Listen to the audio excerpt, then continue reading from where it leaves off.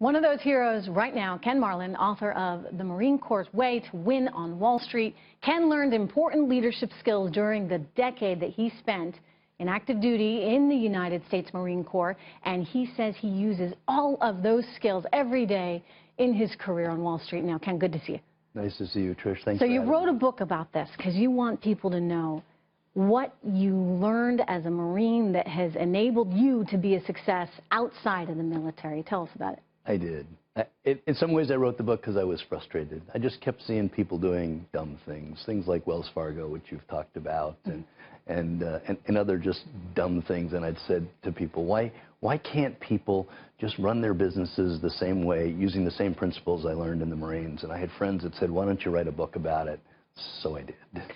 What is the #1 lesson? I mean, what can you say is the main takeaway that you learned as a Marine that then applies to business?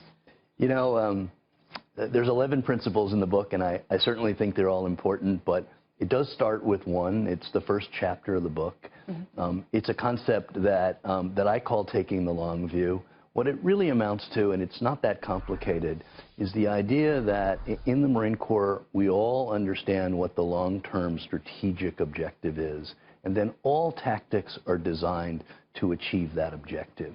And it seems totally simple and totally rational, but we see people all the time, and they do things. They hire people, right?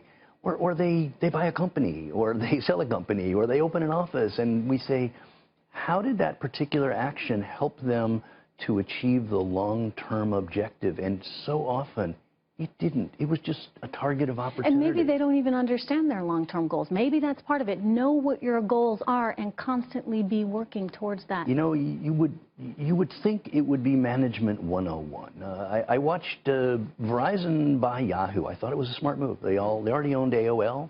They said clearly they wanted to make AOL into this powerhouse in sports and news and consumer internet, and Yahoo was a great move. And then I watched Microsoft buy LinkedIn. So some of them make sense, and then some of them, you know, Microsoft, as you point out, maybe not. Lots of lessons to learn. Check out the book, everyone. Ken, thank you. We'll be right back. Thank you.